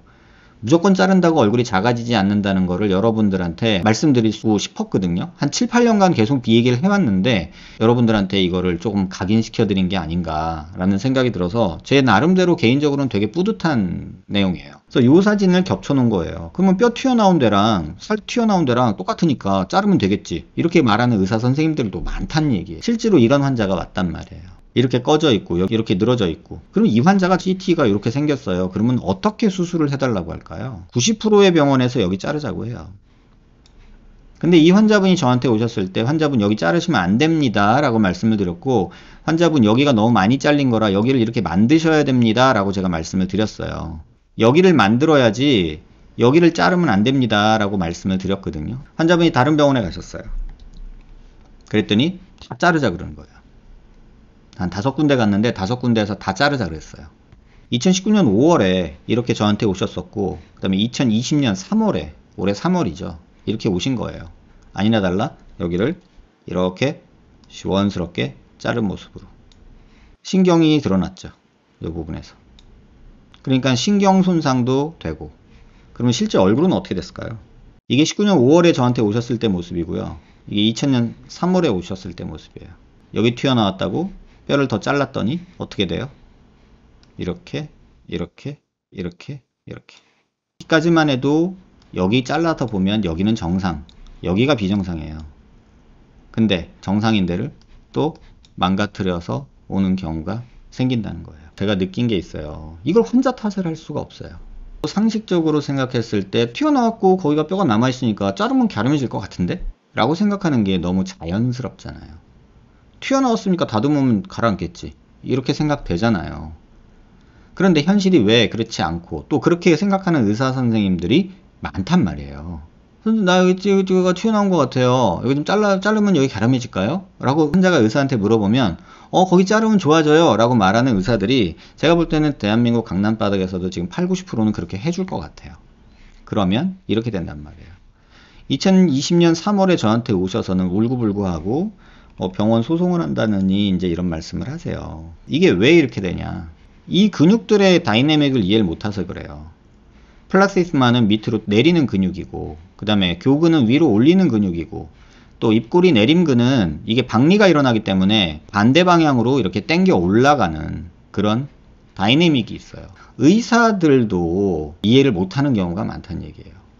의사들도 아직도 이걸 이해 못하고 자르면 된다라고 생각하는 사람이 많단 말이에요. 그래서 19년 5월에 오셨을 때 여기 자르기 전의 모습이고, 이게 2000년 3월에 오셨을 때 여기 자른 후의 모습이에요. 이 다이내믹을 이해해 보시면 아실 거예요. 이 살 늘어지는 거 보세요. 그래서 절대로 자른다고 갸름해지지 않는다. 환자들이 많이 오해하고 의사들이 많이 오해하는 것 중에 하나. 주걱턱인데, 주걱턱이라는 게 뭐예요? 길고 앞으로 나왔다는 뜻이에요. 그럼 상식적으로 그냥 길어? 줄이면 되지. 앞으로 나왔어? 후진하면 되지. 너무 당연한 논리잖아요. 근데 현실에서는 어떠냐? 이런 턱이 자르고 후진하면 이런 식으로 늘어진다. 제가 요 말씀을 드렸었죠. 그 다음에 턱이 이렇게 넓게 체부 볼륨이 있던 상태에서 다듬어지고 잘라지면 이렇게 이런 식의 라인이 생긴다. 이렇게 말씀드렸죠. 실제 예예요. 이런 식으로 후진하고 나면은 턱살 무너지면서 길어지고 이중턱 생긴다. 그러니까 이런 내용이 있다는 뜻이에요. 2018년도에 저한테 왔던 환자분이고요. 이게 2020년도에 온 거예요. 자, 2018년도에 왔을 때 이 환자의 CT를 정렬을 해서 지금 제가 가로선, 세로선을 그은 거예요. 한치의 오차도 없어요. 각도까지 다 맞춰놓은 거예요. 크기, 사이즈 다. 2018년도랑 2020년도랑 달라진 게 뭔가 보세요. 앞으로는 조금 나온 듯도 하고 안 나온 듯도 하고, 이 턱살을 보면은 왠지 뒤로 밀린 듯이 보이죠. 이쪽으로 이렇게 늘어진 느낌 보이죠. 이렇게 느끼고. 이분은 무슨 수술을 한 걸까요? 정면에서 보면 이 얼굴은 턱이 짧아 보이는데 이 얼굴은 턱이 되게 길어 보여요. 실제로 길어지기도 좀 길어졌고요. 왜냐면 턱의 피크가 여기에 있었는데 턱의 피크가 밑으로 떨어졌어요. 살이 이렇게 늘어진 모습으로 보이니까요. 지금 이 환자의 CT를 똑같이 뼈 모습으로 볼게요. 길이를 줄이고 전진을 했어요. 근데 길이가 줄어든 양은 요만큼 차이가 나고요. 전진은 했다고는 하지만 거의 된 게 없고 플레이트만 튀어나와 있어요. 쉽게 말하면 이 상황에서도 환자는 본인 턱이 길다고 느꼈던 거예요. 그럼 나는 턱이 기니까 길이를 줄이면서 앞으로 조금 빼면 더 짧아 보이지 않을까? 이렇게 생각했던 거예요. 근데 길이가 줄어든 양에 비해서 전진된 양이 적다 보니까 남는 살들이 밑으로 늘어져서 처진 거예요. 그러면 결과적으로는 뭐냐는 거예요. 턱의 볼륨이 줄어서 살이 남아서 밑으로 떨어진 거잖아요. 근데 전진을 하면은 그 떨어지는 힘을 막을 수는 있는데 전진된 양이 너무 미미해 버리니까 무너져 내린 힘이 더 센 거예요. 그래서 턱살이 더 늘어지는 힘이 더 세게 된 거죠. 뼈 길이 줄어들었으니까 턱이 짧아져야 되잖아요. 짧아지지 않잖아요. 턱 길이가 짧아졌으니까 턱이 짧아 보여야 되는데 실제로는 짧아 보이지 않아요. 턱 끝은 그게 함정이에요, 여러분. 길이를 줄인다고 턱이 짧아지지가 않아요. 그러면 줄어든 만큼 전진이 돼서 살이 늘어지는 걸 막아줘야 돼요. 그걸 안 막아주면 늘어져서 오히려 길어져요. 이 환자분도 보면 실제로 보면 턱이 길어졌죠. 턱 짧아지려고 수술했는데 턱이 더 길어졌어요. 또 아주 심한 경우지만 이런 경우도 있죠. 1cm 가까이 턱을 잘랐어요. 이게 수술 전 턱 라인이고요. 이게 수술 후 턱 라인이에요. 실제 보면 이렇게 돼 있어요. 턱살 늘어져서 길어져 있고 뒤에 이중턱으로 이렇게 생겨 있죠. 이런 식으로까지 이중턱이 심해져요. 이 환자는 결국은 턱에 볼륨을 주고 길이를 주고 뭐 전진을 하는 이런 수술을 결국은 했고요. 좀 이해시켜 드리려고 이 그림을 제가 그렸죠. 턱이 이렇게 있는데 이게 정상적으로 있는 구조예요. 자, 여기서 멘탈리스 머슬이 이렇게 피부로 가고 있고 턱 끝 뒤에는 이렇게 지니오 하이오이드 머슬, 지니오 뭐 글로소스 머슬 이런 것들이 막 붙어 있어요. 지니얼 튜버클이라는데, 그러면 여기서 턱을 빼서 전진을 하면 이 근육들이 스트레칭이 되면 이중턱은 오히려 좋아지겠죠. 여기가 당겨지니까 이 근육하고 피부랑 같이 당겨서 덩어리로 가니까 박리는 여기까지만 해도 되니까. 그럼 얘를 당기면 오히려 이중턱은 좋아지겠죠. 그리고 이 멘탈리스 머슬은 여기 일부 남겨놓고 이걸 닫을 때 얘랑 일부 다시 꼬매줘야 된단 말이에요. 그래서 근육 묶기를 같이 하게 돼요. 그런데 이 경우는 잘라내버렸어요. 그러면 여기 뼈에 붙어있던 이 근육들은 어디로 가냐는 거예요. 제가 그런 말씀 드렸죠. 고무줄이라고. 이렇게 양쪽에서 붙잡고 있는데 이걸 놔버리면 얘는 일로 가버려요. 그러면서 축 늘어져요. 결론은 이런 식으로 근육이 밑으로 늘어지는 거죠. 그 다음에 여기서 받쳐주는 뼈가 없으니까 여기 있는 살들은 전부 다 이 방향으로 쏟아져 내리는 거죠. 이런 식으로. 그래서 결국 턱선은 이렇게 갈 수밖에 없는 거예요. 이게 바로 지금 이 환자분에서 보여지는 턱 라인의 원인이에요.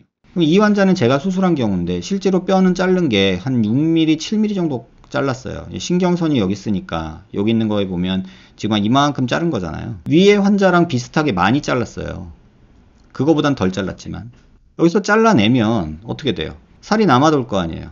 그래서 밑에 있는 근육을 끄집어서 다 올리는 거예요. 자, 보시면 여기 있는 살들을 뼈가 없어진 만큼 여기 있는 살들을 다 끄집어 올린 거예요. 이 그림에서 여기 있는 요 근육들을, 요 녀석들을 다 일로 끄집어 올린 거예요. 다. 싹 다 모아서 이 뼈에다가 고정을 해서요. 그러면 이중턱 없죠? 대신에 잘 보시면 턱은 조금 앞으로 나오게 되죠. 요 모습하고 요 모습하고 보면 늘어진 것보다는 앞에 매달려 있는 게 나은 거예요. 얘만 당겨주면 되는 게 아니에요. 여기 있는 이 근육만 여기다가 당겨주면 되는 게 아니고 여기 있는 멘탈리스도 여기다가 고정을 시켜줘야 여기가 볼록하게 만들어지면서 여기가 안 늘어지는 거예요. 이것만 하면 턱살은 또 이렇게 늘어져요. 그래서 멘탈리스도 잡아줘야 돼요. 근육 당겨 올리는 작업이 길이를 축소하는 일에 있어서는 이렇게나 중요하다. 이 부분 꼭 기억하셨으면 좋겠고, 여기에 있는 근육들이 뭐냐면 지금 이 플라티스마랑 이 안에 있는 지니오하이오이드 머슬 또 이런 근육들을 다 끄집어 올려줘야 돼요. 그래서 여기 구멍 보면 근육 끌어올려서 뼈에다가 묶은 모습이 보이죠. 이 환자 수술한 모습이에요. 자, 어떻게 보면 이 환자도 비슷하게 수술했잖아요. 근데 왜 이런 결과가 나오냐는 거죠. 이 근육들을 묶어주는 작업이 안 되고 그저 자르면 작아지겠지 라는 생각을 갖고 있기 때문에 이 다이내믹을 이해를 못하고 그냥 잘라내기 때문에 그런 거예요. 안면 비대칭 얘기는 일반인 수준에서 이해하기는 거의 불가능한 얘기예요. 제가 참고 삼아서 성형외과 전문의 선생님들하고 또는 전문의인데 후배들하고 안면 비대칭에 대해서 얘기를 하게 되면 제가 떠들면 그 친구들도 뒤통수 긁어요. 뭐라는 거야 이러면서.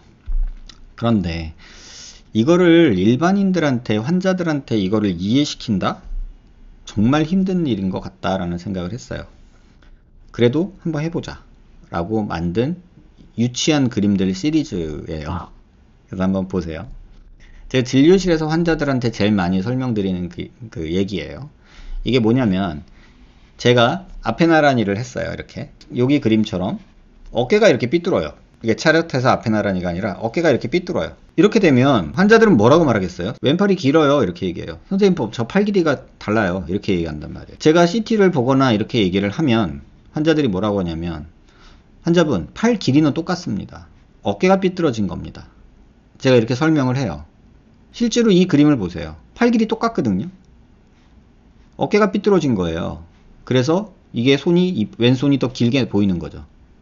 그럼 환자들이 모르겠고 그러니까 나 고쳐줘 이렇게 얘기를 해요. 뭐 내가 뭐 어깨인지 뭔지 뭐 모르겠고 어쨌든 나 팔 길이 달라, 팔 길이 똑같게 해줘 이렇게 얘기를 해요. 그러면 짧은 팔을 길게 만드는 방법은 어려우니까 긴 팔을 짧게 만들죠 대부분. 그럼 이런 수술을 해요. 그러면 자 팔 길이 똑같아졌어. 만족해? 이렇게 얘기를 하죠. 그럼 괜찮은 것 같아요. 이렇게 얘기를 하고 집에 가요. 그러다가 엄마랑 같이 나타나요. 멀쩡한 애였는데 병신 만들어 놨다고 멱살 잡으러 오세요. 이게 실제 진료실에서 벌어지는 일이에요, 여러분. 자, 이 모습을 정면에서 본 모습이에요. 팔 길이가 똑같죠? 이렇게 팔이 어깨가 삐뚤어져 있어도 정면에서 보면 팔 길이 똑같아요. 그쵸? 근데 이걸 교정하겠다고 팔을 짧게 만들면 정면에서 오른쪽이 팔이 짧아 보이죠. 그러면 부모님들이 뭐라고 하냐면 와이셔츠 입었는데 이쪽 팔만 길게 나온다. 긴 팔 옷을 입었는데 오른팔이 짧아져서 길다. 이러고 올 거 아니에요. 이게 비대칭에 대한 이해가 없어서 남 탓을 하는 거예요. 아마도 설명을 했을 수도 있고 못 들었을 수도 있고 몰랐을 수도 있고 하지만 이걸 이해를 해야 된단 말이에요. 이거 잘라내고 어쩌고 하는 걸로 비대칭을 교정하려고 했다가는 자칫하면은 똑같은 팔 길이를 다르게 만드는 작업을 우리가 계획할 수도 있다는 뜻이에요. 또 하나는 머리 위에서 본 거예요. 이 삼각형이 코고 이게 귀예요. 그러면 이게 정상적인 얼굴이란 말이에요. 근데 사실 이런 사람 거의 없어요. 사람 중에는 이렇게 평행사변형 모양으로 이렇게 된 사람도 있고 이렇게 된 사람도 있어요. 그럼 이 상황에서 내가 어떻게 일로 가냐는 거지. 이걸 이해해야 돼요. 그럼 이건 머리 위에서 본 거고 정면에서 보면 또 이래요. 정면에서 이렇게 딱 대칭이 맞는 얼굴이 많으면 좋겠는데 현실에서는 이렇게 많지 않아요. 보면 이렇게 생긴 사람도 있어요. 또는 이렇게 생긴 사람도 있어요. 입 삐뚤어지고 눈 삐뚤어지고 이런 사람들이 주로 병원에 온단 말이에요. 그래 놓고서 똑같게 만들어줘 이렇게 얘기를 해요. 현실적으로 불가능하잖아요. 그럼 이런 사람한테서 수술을 할 때 어떻게 하냐는 거죠. 자, 이런 환자가 왔다고 생각해 보자고요. 대칭이에요. 그럼 다 대칭이니까 좋잖아요. 선생님 저 갸름하게 해주세요. 그래 얼마든지 쫙쫙 잘라주면 돼요. 그죠?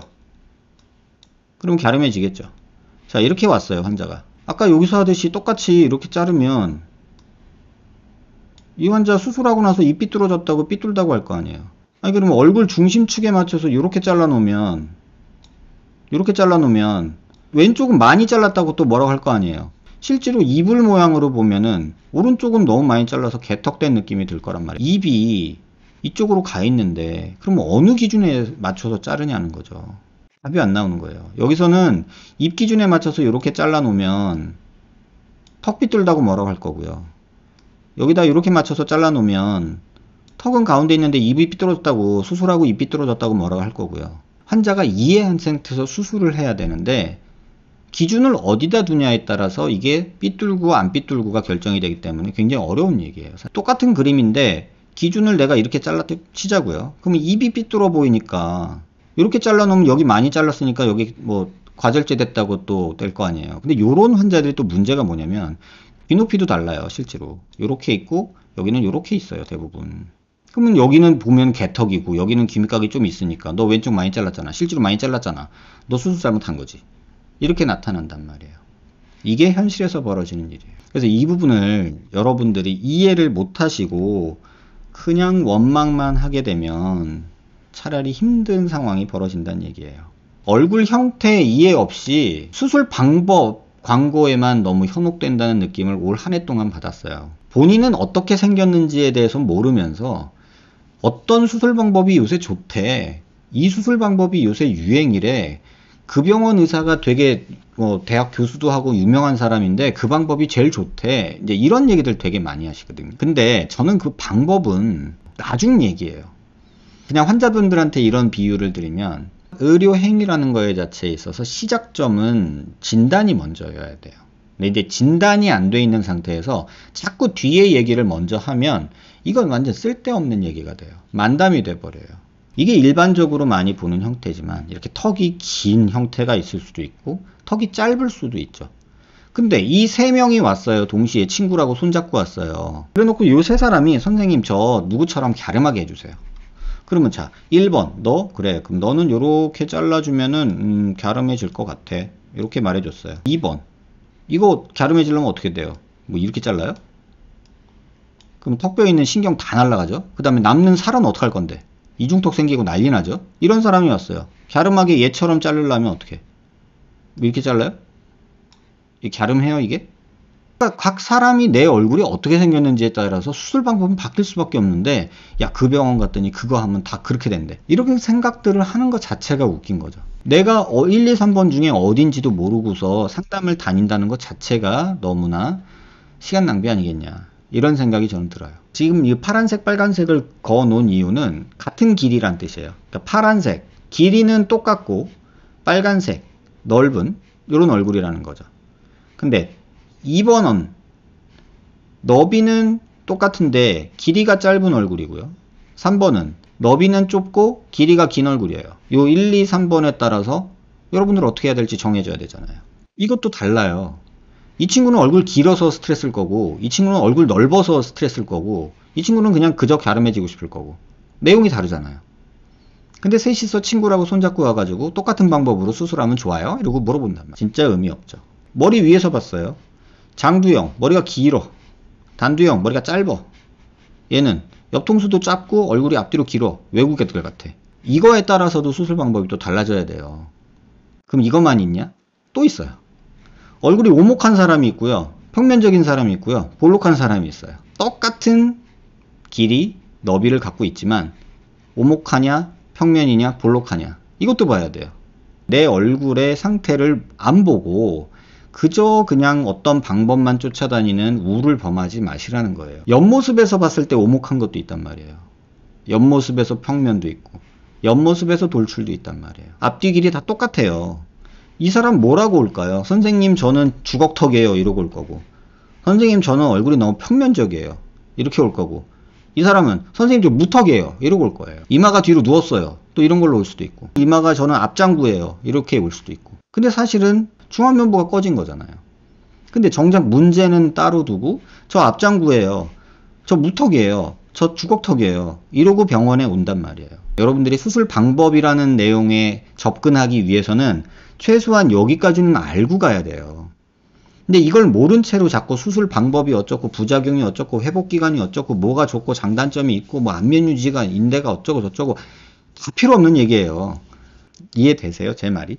제가 오죽 답답하면 이렇게 얘기하는지 모를 거예요. 상담하러 오시는 분 중에 반수 이상이 본인 얼굴에 대해서는 전혀 생각 고민도 없이 인터넷 보고 남의 얘기만 듣고서 그 방법 어때요? 저 방법 어때요? 이런 상담 온단 말이에요. 제가 얼마 전에 질문 많이 하면 혼나요? 이런 영상 있었죠. 질문 많이 한다고 왜 혼내겠어요? 본인 얼굴 얘기하고 싶은데 저는 진료실에서 인터넷에서 본 얘기 이거 어때요? 저거 어때요? 이런 얘기만 하고 있는 거예요. 그러니까 답답하니까 표정이 별로 안 좋겠지. 그러면 환자들은 뭐라고 하냐면 상담원 분들이 싸가지 없어. 좀 까칠해. 질문도 못하게 해. 내가 몰라서 왔지. 이런 얘기를 한단 말이에요. 제가 당부드리고 싶고 간곡하게 말씀드리고 싶은 건 그 상황에서 여러분한테 친절한 사람은 여러분의 돈을 원하는 사람이지 여러분의 외모 개선을 원하는 사람이 아니에요. 그래서 진료실에서 해야 되는 거는 이런 부분에 대해서 파악하는 작업이지 어떤 수술 방법이 어떻고 저쩌고는 그 다음 얘기예요. 근데 본인 얼굴에 대한 상담을 저는 하고 싶은데 무슨 방법 어때요 어때요 얘기만 계속하면 이거 어차피 의미 없고 시간 낭비인데 이걸 내가 뭐 하려고 하고 있나, 답답한 거예요. 저도 그렇잖아요. 초등학생한테 미분적분 얘기하고 있으면 뭐예요. 구구단이나 가르쳐야지, 덧셈 뺄셈이나 가르쳐야지. 그런데 아니 선생이라며 내가 몰라서 물어보는데 왜 난리야, 이렇게 말하면 좀 그렇잖아요. 근데 어쩔 수 없어요. 그냥 뭐 욕을 먹더라도 저는 제가 생각하는 소신대로 갈 수밖에 없어요. 왜? 그런 사람들한테 상냥하게 물어보는 거 다 대답해주고 원하는 수술 방법으로 내가 그렇게 하면 돼요 라고 하면요, 이게 장사지 무슨 뭐 병원이에요. 이게 그건 장사예요. 그래서 저는 이 모습에 대해서 여러분들이 많이 고민해 보셨으면 좋겠어요. 거울 보면서. 그런 다음에 저랑 대화를 하면 아마 속이 뻥 뚫리시는 느낌 받으실 수 있을 거예요. 올해 그렸던 그림 중에서 여러분들이 되게 좋아하셨던 그림이에요. 제가 쓱쓱쓱쓱 컴퓨터 갖고서 낙서하듯이 그렸는데 이 그림 되게 좋아하셔가지고 뭐 티를 만들자 이런 얘기도 있었던 그림이거든요. 얼굴이 커요. 광대 수술하면 저 작아질 수 있나요? 이런 애가 저한테 와서 광대 수술하면 얼굴 작아질 수 있나요? 그러면은 이거 광대 수술 해야 돼요 말아야 돼요? 여러분 보시기에 어때요? 이게 정면에서 보면 이렇게 생긴 아이인데 이 머리 위에서 보면 광대가 조금 나오긴 나왔어요. 이 환자가 저한테 왔을 때 첫 마디가 선생님 저 얼굴이 너무 커요. 얼굴이 작아졌으면 좋겠어요. 라고 말하면 저는 환자분한테 환자분 이번 생은 포기합시다. 다음 생에 우리 노란 머리 파란 눈으로 YM에서 만나요. 저는 이런 식으로 말을 해요. 근데 만약에 이 환자가 선생님 저는요 얼굴 큰 거 아는데 여기 45도 반 볼록 나온 게 되게 신경 쓰여요. 이거 조금 줄일 수 있어요? 라고 말하면 도움은 많이 안 될 텐데 그게 그렇게 신경 쓰여요? 네, 저는 이거 세수할 때마다 만져지는 게 너무 싫어요. 이렇게 얘기하면 그럼 조금 해볼 수는 있어요. 근데 우리끼리만 아는 결과일 거예요. 남들이 봤을 때 이걸 효과적으로 와, 너 수술하고 좋아졌다 이런 느낌은 없을 거예요. 그래도 하고 싶으면 해요. 나는 권하지는 못하겠어요. 이렇게 얘기를 해요. 근데 의외로 이런 사람이 많습니다. 이런 환자분들의 공통점, 저 뒤트임 하면 좋을까요? 그리고 이런 환자들이 또 묻는 공통점, 이렇게 코도 높이면 눈이 더 몰려 보일까요? 이 질문이 이렇게 생긴 사람들한테는 항상 따라다닙니다. 근데 뒤트임 도움 안 돼요. 코 높인다고 눈 더 몰려 보이지 않아요. 그게 여러분한테 드리고 싶은 답이에요.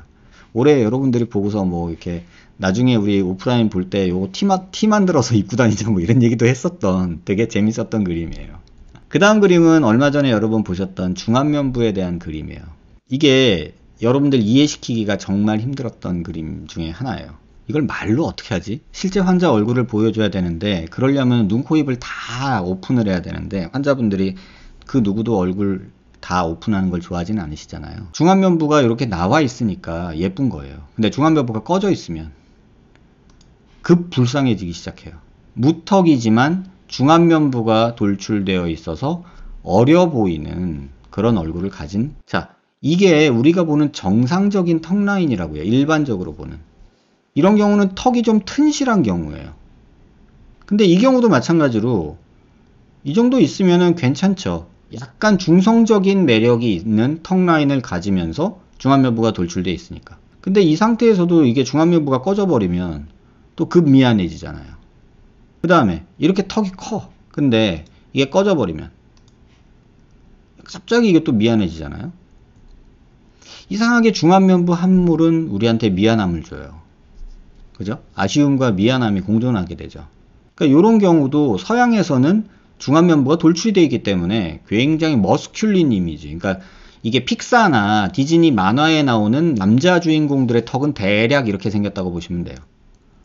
왜냐면 이게 남성성을 강조하거든요. 막 강인함, 용감함 이런 거를 보여주는 턱. 근데 이 상황에서도 이렇게 돼버리면 갑자기 미안함을 만들어주죠. 요런 턱도 은근히 있습니다, 여러분. 굉장히 세 보여요. 흔히 말하는 우리가 말하는 마녀상을 그릴 때 이런 식으로 그리고 중안면부가 꺼져버리면 미안하죠. 이상하게 중안면부가 들어가면 사람이 우울하고 미안한 느낌이 들어요. 턱이 이렇게 나와 있어요. 그러면 이 상황에서 여러분들이 보시기에 이 환자가 병원에 간다 그러면 왜 갈까요? 아니 뭐 코도 나름 모양 나쁘지 않고 적절히 높고 근데 턱이 좀 나와 있고 근데 이런 분들이 대부분 병원을 다니시면 어떤 수술을 권유받게 되냐 일단 그거를 말씀드릴게요. 자, 넌 턱이 나왔으니 양악 수술을 해라. 이게 1번이에요. 자, 2번 너는 턱이 기니 턱을 줄여라. 이런 얘기가 들 수 있고요. 턱 끝이 앞으로 나와 있으니 턱을 후진하자. 뭐 이런 얘기를 들을 수 있겠죠. 이분을 양악 수술을 한번 했다고 생각해 보세요. 이 그림을 잘 보세요. 이게 겹쳐져 있거든요. 양악을 해서 윗턱을 약간 앞으로 빼고 그 다음에 아래턱을 집어넣는 수술을 한 거예요. 이렇게 나는 거예요. 비율은 좋아지고 예뻐진 듯 보이지만 이중턱은 굉장히 심해진 이런 느낌이 생기는 거죠. 이 느낌을 잘 보시고 그 다음은 이 환자를 그냥 중안면부를 뺐다고 생각해 보세요. 이 느낌을 보세요. 이게 훨씬 낫지 않나요? 코랑 중안면부가 올라오는 게 이렇게나 의미가 있다는 얘기예요. 그래서 이 중안면부를 지금 세 군데를 다 빼야 돼요. 그러니까 그러려면 기본이 코고 그 다음에 앞광대고 그 다음에 이 파라네자레열이에요. 피리포마 포차라고 하는 이 상악 부분을 빼줘야 돼요. 사실은 아주 심한 환자가 있으면 제가 실험적으로 좀 모험적으로 해보고 싶은 수술이 있기는 해요. 중안면부를 그냥 왕창 빼는. 근데 아직 그 정도로 심한 분은 못 만나서 어떻게 뭐 해보지는 못하고 있지만, 뭐 기회가 되면 그런 분이 있으면 한번 욕심부려서 환자분하고 상의해서 드라마틱하게 한번 도전해보고 싶은 영역이 이 중안면부 함몰이에요. 근데 이런 중안면부 함몰이 빈더 신드롬이라고 있어요. 유전적으로 문제가 있어서 그 병이 있으면 이렇게 중안면부가 함몰이 돼요. 이런 캐릭터가 나오는 영화가 그 델리카트슨이라는 영화에 보면은 나와요. 그 주인공이 중안면부가 꺼져 있는. 그 다음에 옛날 뭐 TV 드라마로 보면 닥터 두기라고 있어요. 닥터 두기. 거기 보면 주인공이 약간 이 중안면부 함몰이 있는 빈더 같은, 빈더로이드라는 표현을 쓰는데 그런 느낌이 있죠. 그 다음엔 턱이에요. 후진하자. 그러면 어떻게 되는지 보세요. 후진과 잘라내는 거가 턱이 어떻게 변하는지 보세요. 정상에서 후진하면 이중턱, 잘라내면 이중턱이 더 심해지는 거죠. 그죠? 그러니까 이런 느낌들을 여러분들이 이해하셔야 돼요. 내가 턱이 나왔다고 후진하거나 잘라내면 어떻게 되는지 그냥 느낌을 한번 보세요. 이해되시죠? 이 그림을 한번 보시면 좋겠고, 중안면부 함몰 어떻게 하냐, 뭐 아주 심한 경우는 아니어서 또 코도 적당히 있는 분들이어서 이분은 코는 손 안 대고 앞광대랑 여기만 볼륨 준 경우고요. 일단 덜 미안해 보이잖아요. 그렇죠? 이 얼굴을 보면 약간 미안한 느낌 들잖아요. 근데 앞광대 볼륨 주고 여기 볼륨 주고 코 조금 더 올려주니까 덜 미안해지잖아요. 그러니까 이런 방법들을 우리가 앞광대랑 팔자, 뭐 놀캣 이런 것들로 만든다는 거죠. 근데 요 정도만 돼도 뭐 그렇게 많이 심한 분들은 아니어서 뭐 그렇게까지 모험적으로 할 건 아닌데, 이 상황에서 코까지 낮으신 분들이 있단 말이에요. 그리고 함몰이 더 심한 분들이 있고, 그런 분들은 뭔가 조금 해드릴 수 있는 방법이 없었기 때문에 모험적으로 아마 세계에서 그렇게 수술해 본 사람 아무도 없는 그런 수술을 한번 시도해 볼까? 라는 생각을 최근에 조금은 하고 있어요. 기회가 되면, 그런 분이 계신다면. 이 상황에서 광대 줄이는 것도 도움은 되지만 근본적인 문제는 해결이 안 돼요. 그래서 이런 식으로 튀어나와 있는 거 줄인다고 해서 여기가 꺼져 있는 게 해결이 안 되거든요. 그러니까 중안면부가 꺼지면 살짝 미안한 느낌이 들어요. 서운하고. 그리고 이 중안면부가 살짝 올라오면 뭐 이런 변화들이 상당히 좀 생기 있어 보이고 약간 그런 느낌이 많은 것 같아요. 그래서 중안면부 이 부분도 우리 한번 좀 공부해보자. 올해 말씀 여러 번 드렸던 그런 내용 중에 하나예요. 그 다음에 얼굴을 알려면 뭐 얼굴 비율 이런 거, 페이셜 인덱스라는 거, 이런 게 인종마다 다르고 사람마다 다르다. 이 옆통수 너비가 한국 사람이 평균이 148이에요. 여자는 143. 그 다음에 이 광대 너비, 이 너비가 한국 사람은 남자 135 정도 되고 여자는 126 정도 돼요. 그 다음에 턱의 너비, 여기서부터 여기까지 거기가 남자는 한 100 정도, 102 정도 되고 여자는 한 95 정도 돼요. 그래서 여자가 100 정도 되면 얼굴이 넓은 거죠. 그러니까 그런 것들로 조금 우리가 참고를 해볼 수 있겠다. 그래서 이런 기준들을 가지고 조금은 생각을 해야 되지 않겠나, 이런 생각이 들어요. 광대 해부학이라는 거에 대해서 간단히 좀 말씀을 드릴게요. 어디가 어딘지는 알아야지 광고에 속지 않는다라고 제가 제목을 적었는데, 그러니까 어디가 어딘지도 모르면서 그렇게 된다니까 그렇게 된다, 뭐 이런 생각을 하는 거죠. 뭐 감기약 먹으면서 키가 커, 뭐 이런 얘기. 광대를 줄이는데 왜 앞광대가 나와, 뭐 이런 얘기. 그럼 어딘지는 알아야 되잖아요. 앞광대, 45도 광대, 옆광대. 뼈로 기준으로 보면 눈뼈의 안쪽 면이 앞광대의 경계, 그 다음에 바깥면이 45도 광대, 그 다음에 여기가 그 이후가 옆광대. 그 다음에 여기서 보면 앞광대, 45도 광대, 옆광대. 45도에서 보면 앞광대, 45도 광대, 옆광대, 여긴 뒷광대. 피부 두께도 봐야 돼요. 보통 얇은 분들이 한 6mm 정도 돼요. 이 45도 광대 부위에서. 그 다음에 옆광대 부위에서 한 6, 7mm 되죠. 이게 얇은 분들이에요. 근데 여자들의 경우엔 대부분 10mm 정도가 돼요. 아주 심한 분들은 12mm까지 되죠. 이건 살이 진짜 두꺼운 분. 10mm가 넘어가면 두껍다고 해요. 근데 이런 두꺼운 피부를 갖고 있는 사람은 뼈 수술해봐야 별 재미 못 봐요. 그래서 10mm가 넘어가면 뭐 수술해서 크게 재미 보기는 어렵다, 이렇게 이해하시면 될 것 같고, 볼페임 얘기죠. 그러니까 상방고정, 체부골 삭제, 뭐 사다리꼴 절골, 이런 거에 대해서 이제 광고를 너무 많이 하니까 또 수술 전후 사진으로 이렇게 막 보여줘 버리면 환자들이 막 우와 나도 저렇게 될 거야 착각에 빠지게 되기 딱 좋죠. 근데 이제 볼페임이라는 게 생기는 원인에 대해서는 좀 알자. 이게 이제 폐부 상반고정이랑 골삭제 두 가지 원인 때문에 만들어지는 건데 뭐 얼마 전에 지난번에는 뭐 볼페임이 이쁘다 젊음의 상징이다 이렇게 생각하는 선생님들도 계신 거 보면 뭐 전 뭐 존중합니다. 본인이 좋다는데 근데 저는 이거 싫거든요. 어쨌든 상반고정하고 뭐 체부에 골삭제를 많이 해서 안쪽으로 위쪽으로 올리면 볼페임이 생긴다. 왜 생기는지는 알고 속자는 거죠. 볼페임이 여기가 살짝 있는데 이렇게 체부에 이 정도만 해도 받아들일만 하죠. 그렇게 심한 편 아니니까. 그죠? 근데 그럭저럭 여기는 있다는 건 알겠어요. 근데 여기에 상동이 열린다. 상동이 열리면 어떤데? 이게 열리면 좋은가요? 이거 열리면 안 되는데요. 버트리스라고 해서 이거는 이렇게 말씀드릴게요. 우리가 사고 외상을 입어서 오잖아요.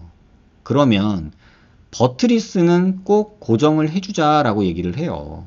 이거는 트라우마를 공부한 사람이면은 외상을 공부한 사람이면 이 뼈랑 이 상악뼈를 연결해 주는 게 얼마나 중요한지 꼭 필수예요.